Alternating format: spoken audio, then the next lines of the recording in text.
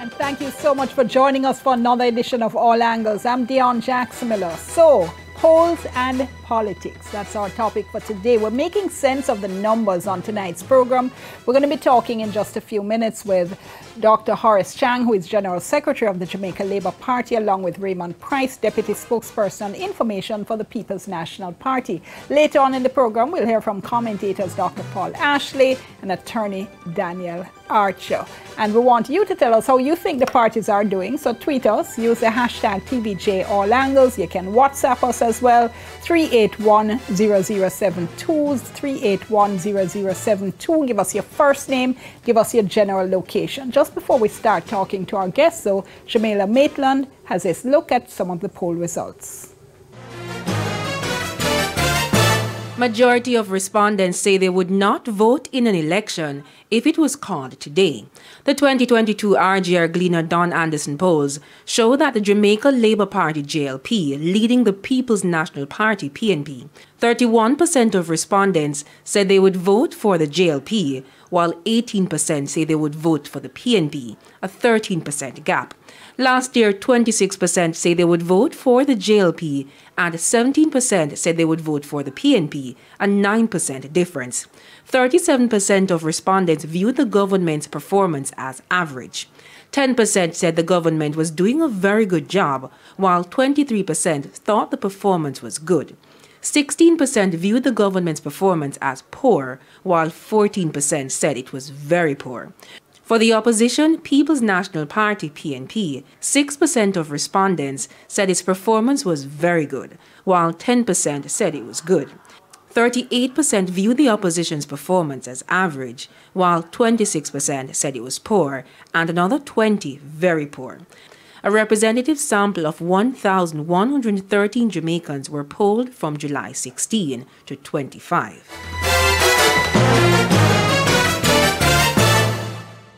Okay, and remember, tweet us and text us. In the meantime, Raymond Price, let me start with you because PNP kind of seems to be stuck in not a great place. How do you look at the poll results? We've been in better places, and there are better places to be in than we are now.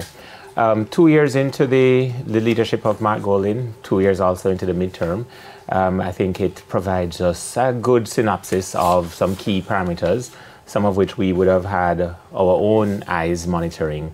But more generally, I should say that all this does is tell us what needs to be sharpened up and where we need to put greater emphasis. As you said, though, it's midterm, which means not a whole heap of time left. And you're 2 years into a new leader. One would have expected, honeymoon period and, high ratings and whatever. And Mr. Golding has not seen that yet. Well, there wouldn't have been a honeymoon, and people on the inside of the PNP and those who watch politics as close as I know you do and your viewers do would know that the PNP did not have a honeymoon. We've been suffering from I call it an anemia of discontent and disunity for some time, preceding the time of this leader, going back to the days under former President Portia Simpson Miller. There are a lot of things that would have had to be done that would remain unseen up to a point to close the gulf between the different factions in the party, to steady the dissonance that we had, as well as working on improving the machinery at the constituency levels. So a lot of those things would have been done under the radar. I think we're at a point, however, where a lot of that heavy lifting, while you expected or people expected a honeymoon, we knew we had heavy lifting to do. A lot of that heavy lifting is about complete. One example of that is the message around which the party will unite in terms of disseminating our voice, our ideology, our policies and programs that when we form the next government that we would bring to the people. Now that that is at a point of settlement, we will be discussing it at the private session of NEC, getting the approval of the delegates at private session, and coming out of conference, a couple of activities will commence that will start to see the inflection point being passed. So you're expecting to see the party ratings increase over the next year or so? Yes, well, and it's not just out of optimism, it is also about being able to audit and assess some of what has already been completed.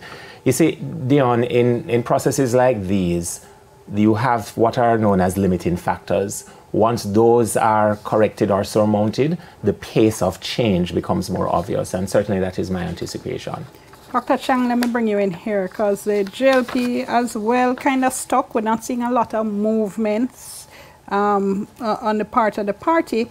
And isn't there a real problem for your party in terms of maybe looking at a gap right now between you and the PNP and getting complacent? No, we won't be complacent, but we are at a stable position. Coming out of the situation of COVID is a good position for us. Plus, there are some trends which are quite positive.